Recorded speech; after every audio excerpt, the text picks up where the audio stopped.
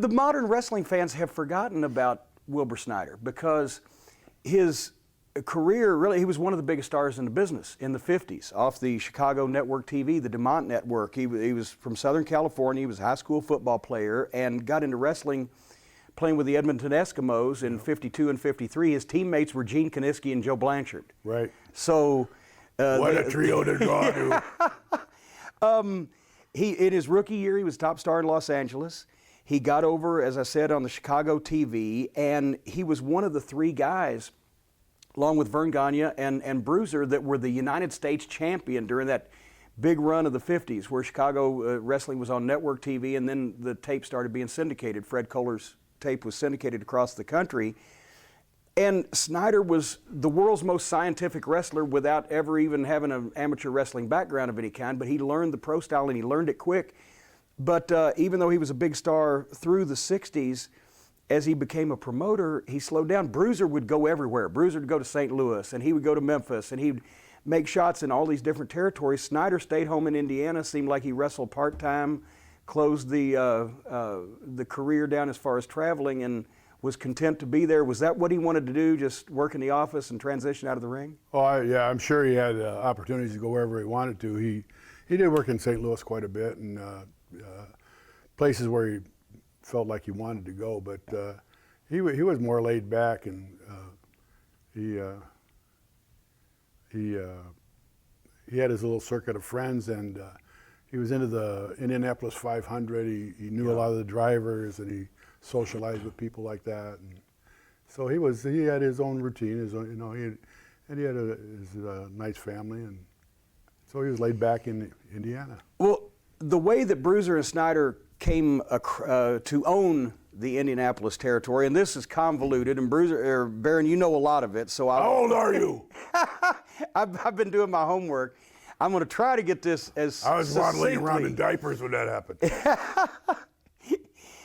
Jim Barnett in the 50s had a hand in all wrestling territories in the Midwest: Michigan, Ohio, Indiana, Illinois. He had started in Fred Kohler's office in Chicago.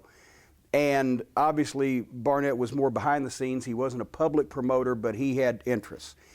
Two things happened in late 1963. Bruiser and Snyder, as two of the top stars in the business, decided to break off and run opposition to the Indianapolis promoter, Balk Estes.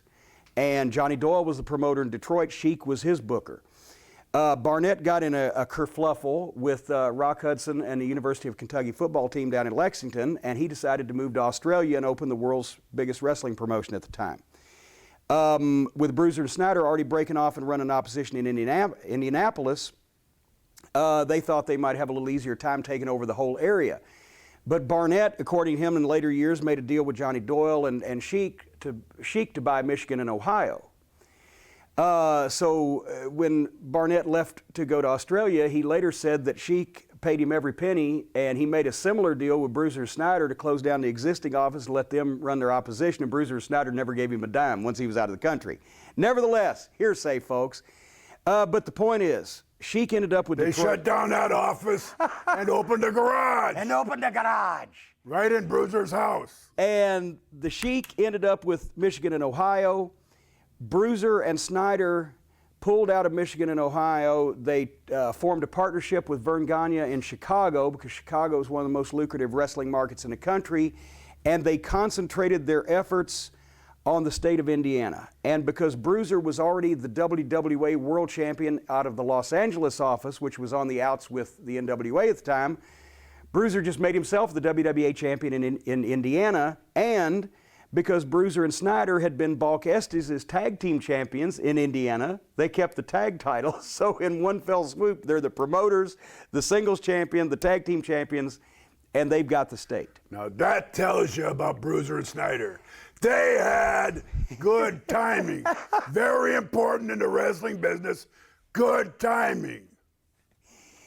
For the first 5 years, though, and I've heard the story, people in Indiana have said that unlike a lot of the promoters of those days, they didn't want to be publicly the promoter because they were still the top stars. Bruiser and Snyder they put the company in their wife's name.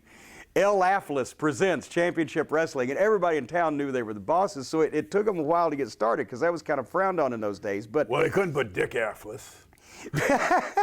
They had great talent, though, in that period of time in the 60s. When you look at the heavyweight champions, Dick the Bruiser, Gene Kiniski, Wilbur Snyder, Blackjack Lanza with a young Bobby Heenan, and a young guy that you asked for about before we went on the air, Mitsu Arakawa. Mitsu, yeah. And the tag team champions, Bruiser and Snyder, the Assassins, Guy Mitchell and Joe Tommaso, the Devil's Duo, Angelo Poffo and Chris Markoff, Bruiser and Crusher were tag team champions. The Chain Gang, Don Fargo and Chris Colt. I wish I could have been a fly on the wall in those days. And the Fabulous Kangaroos. That was good quality talent. All those guys were names in the Midwest, but the territory really didn't take off for the first 5 years. They did steady business, but in 1970, all of a sudden, some bigger name talent starts coming in, the territory starts to pop, and you were involved in that first wave because when was it?